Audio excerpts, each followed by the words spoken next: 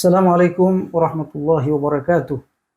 Alhamdulillahilladzi faddalana ala katsirin min ibadihi almu'minin. Asyhadu an la ilaha illallah wahdahu la syarika lah. Asyhadu anna Muhammadan abduhu wa rasuluhu al-mab'uts rahmatan lil alamin. Allahumma shalli wa sallim wa barik wa karrim ala hadzal nabiyil karim. Nabiyyina wa syafi'ina wa habibina wa qurrati a'yunina wa qudwatina Muhammadin sallallahu alaihi wa ala alihi wa sahbihi ajma'in. Amma ba'd.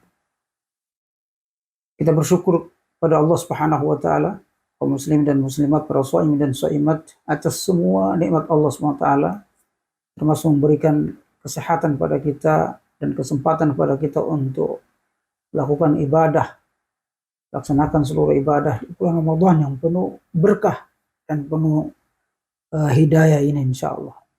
Salawat dan salam atas Rasulullah Muhammad SAW beserta para sahabat, keluarganya dan kita semua umatnya yang selalu istiqomah terhadap Islam ila yaumil qiyamah. Allah Subhanahu wa taala berfirman dalam Al-Qur'an, "Kuntum khaira ummatin ukhrijat lin-nasi ta'muruna bil ma'ruf wa tanhauna 'anil munkari wa tu'minuna billah." Kalian adalah umat terbaik yang pernah diorbitkan oleh Allah Subhanahu wa taala dari kalangan manusia. Karena kalian melakukan amar ma'ruf dan nahi munkar serta beriman kepada Allah Subhanahu wa taala. Kita, kata Allah Subhanahu wa taala dalam ayat ini, umat Islam adalah para dai. Umat Islam adalah orang-orang yang harus melakukan dakwah dalam kehidupan ini, yaitu melakukan amar ma'ruf nahi munkar. Istilah dakwah pada ayat ini adalah amar ma'ruf nahi munkar. Kalau kita lihat ayat ini mendahulukan amar ma'ruf nahi munkar, lalu kemudian tu'minuna billah. Para ahli tafsir mengatakan mendahulukan amar ma'ruf nahi munkar, kemudian tu'minuna billah, beriman kepada Allah, menunjukkan urgensi, posisi dan kedudukan amar ma'ruf nahi munkar itu luar biasa dalam Islam. Seakan-akan kebaikan umat ini tidak akan pernah muncul, tidak akan pernah dirasakan oleh manusia kalau tidak melakukan amar ma'ruf nahi munkar. Oleh karenanya Ikatan Dai Indonesia IKADI selalu akan konsen terhadap dakwah ini. Lalu kemudian kita tetapkan dan sepakati sebuah manhaj yang disebut dengan manhaj dakwah rahmatan lil alamin. Jemaah sekalian dirahmati Allah SWT, para duat dan para ulama yang dirahmati Allah Subhanahu wa taala. Nahnu du'at qabla kulli syai'. Para ulama mengatakan bahwa kita adalah dai sebelum segala sesuatu, sebelum segala profesi yang lain yang melekat pada diri kita dan kehidupan kita. Para ulama mengatakan bahwa dakwah atau amar ma'ruf nahi munkar adalah fardhu ain berdasarkan banyak ayat dan banyak hadis dalam Al-Qur'an. Di antaranya Allah Subhanahu wa taala berfirman dalam surat Yusuf 108. A'udzubillahi minasyaitonir rajim. Qul hadhihi sabili ad'u ila Allah ala basiratin ana wa man ittaba'ani. Katakan wahai Muhammad, inilah jalanku, aku berdakwah kepada Allah Subhanahu wa taala, aku dan orang-orang yang mengikutiku. Dari ayat ini menunjukkan bahwa setiap muslim harus mengikrarkan dirinya, ya, harus memastikan dirinya, inilah jalanku, jalan kehidupan kita. Apa jalan kehidupan itu? Aku berdakwah kepada Allah Subhanahu wa taala. Ana wa man ittaba'ani, aku dan orang-orang mengikutiku. Amar ma'ruf nahi munkar telah menjadi karakteristik utama umat ini. Kenapa? Karena Allah Subhanahu wa taala ingin jangan sampai kita seperti Bani Israel yang dilaknat oleh Allah Subhanahu wa taala karena tidak melakukan amar ma'ruf nahi munkar. Allah berfirman, "Lu'inal ladzina kafaru min bani Israil ala lisani Dawud wa Isa ibn Maryam. Dzalika bima asaw wa kanu ya'tadun. Kanu la yatanahawna 'an munkarin fa'alu." Telah dilaknat orang-orang kafir dari Bani Israel melalui lisan Nabi Daud dan Nabi Isa alaihissalam. Mereka keras kepala dan bermaksiat kepada Allah Subhanahu wa taala. Dan yang kedua, karena mereka tidak melakukan amar ma'ruf nahi mungkar yang dilakukan oleh masyarakatnya. Jadi tidak melakukan dakwah di tengah masyarakatnya.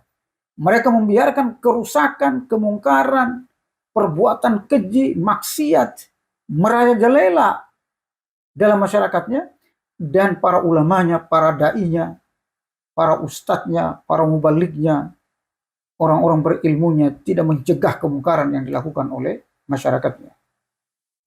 Suatu ketika dalam riwayat, ketika Allah Subhanahu wa taala ingin mengazab kaum Nabi Lut, kaum Sodom, Allah mengutus 3 malaikat, Jibril, Mikail, dan Israfil, untuk memusnahkan negeri itu, negeri Sodom atau Gomora. Lalu malaikat mensurvei negeri Sodom ini. Dan ternyata negeri Sodom itu yang akan dibinasakan oleh Allah Subhanahu wa taala setelah perginya kaum Lut, masih ada orang-orang yang soleh di dalamnya. Sehingga malaikat bertanya kepada Allah Subhanahu wa taala, "Ya Allah, kalau kami laksanakan perintah mengazab dengan membalik tanahnya, maka semua manusia akan mati, termasuk orang-orang soleh yang berada di daerah itu." Apa kata Allah Subhanahu wa taala? Bukannya menunda azab, tapi Allah Subhanahu wa taala mengatakan, mulai azabku itu dari orang-orang soleh yang berada di daerah itu, karena wajah mereka tidak berubah melihat kemungkaran yang dilakukan oleh masyarakat. Oleh karenanya saudara sekalian dirahmati Allah, bulan Ramadan ini memberikan kita peluang untuk melakukan amar ma'ruf nahi mungkar.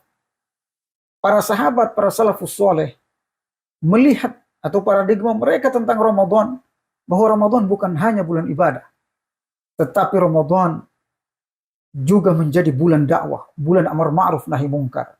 Oleh karenanya semangat amar ma'ruf nahi mungkar kita di bulan Ramadan mestinya lebih kuat, lebih tinggi dari bulan yang lain.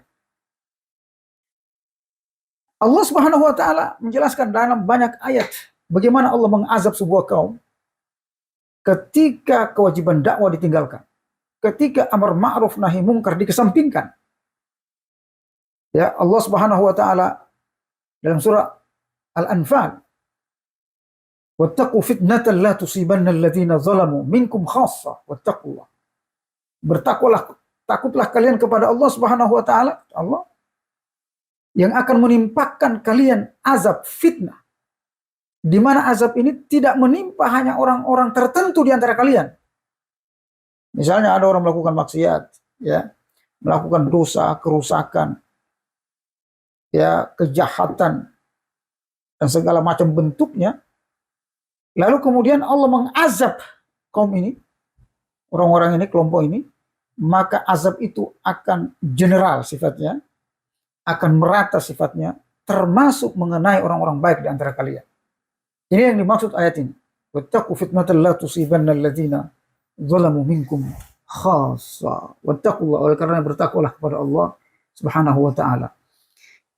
Amar ma'ruf nahi mungkar, dakwah itu sendiri menurut Allah Subhanahu wa taala dalam Al-Qur'an ini, dalam ayat ini, bagian dari implementasi takwa kita.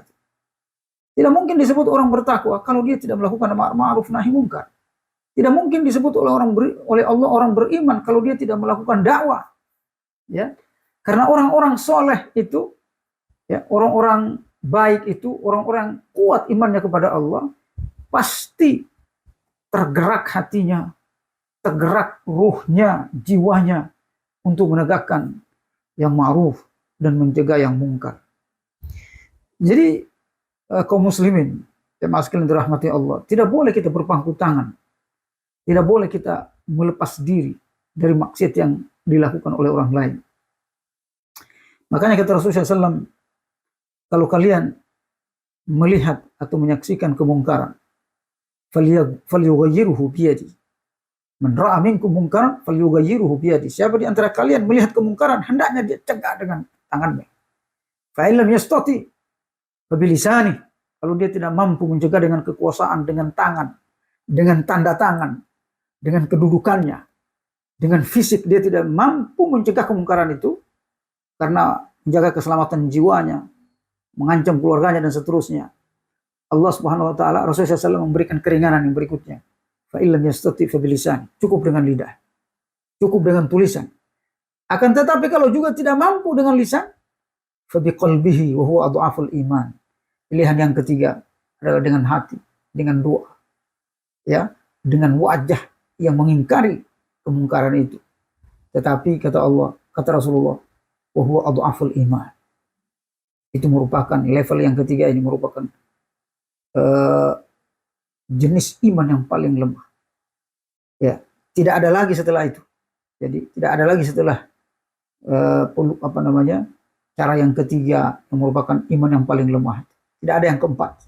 Oleh karenanya minimal kita mengingkari kemungkaran itu, mencegah kemungkaran itu dengan hati kita atau berdoa kepada Allah terus supaya ada orang lain yang mampu mencegah kemungkaran itu. Seperti yang dilakukan oleh Israel dengan Palestina, dengan Gaza, ya, memborbardir, melakukan genosida terhadap 2 juta umat Islam di Gaza.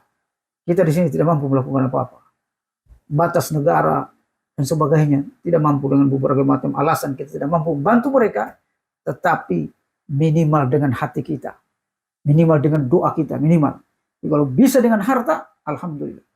Bisa dengan kekuasaan, mestinya pemerintah kita melakukan tekanan-tekanan kepada mereka agar supaya menghentikan genosida, pembantaian umat Islam. Bahkan sampai di bulan Ramadan pun mereka melakukan pembantaian itu, sehingga mereka menghentikan.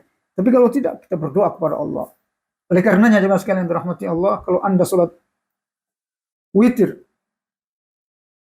lakukan doa kunut nazilah untuk saudara kita di Gaza, agar supaya Allah membebaskan mereka, agar supaya Allah memenangkan mereka, melindungi mereka, ya, dari pembantaian, kelaparan, ya, kedinginan dan sebagainya, ya, dan menurunkan, Allah SWT menurunkan tentaranya dari langit untuk menolong mereka insya Allah, dan segera memberikan pelajaran kepada Israel laknatullah, ya, dan tentara-tentaranya serta para pemimpinnya dan negara-negara yang melindungi negara ini, agar supaya diberikan pelajaran oleh Allah Subhanahu wa taala sehingga mereka tidak menindas hambanya yang beriman kepadanya.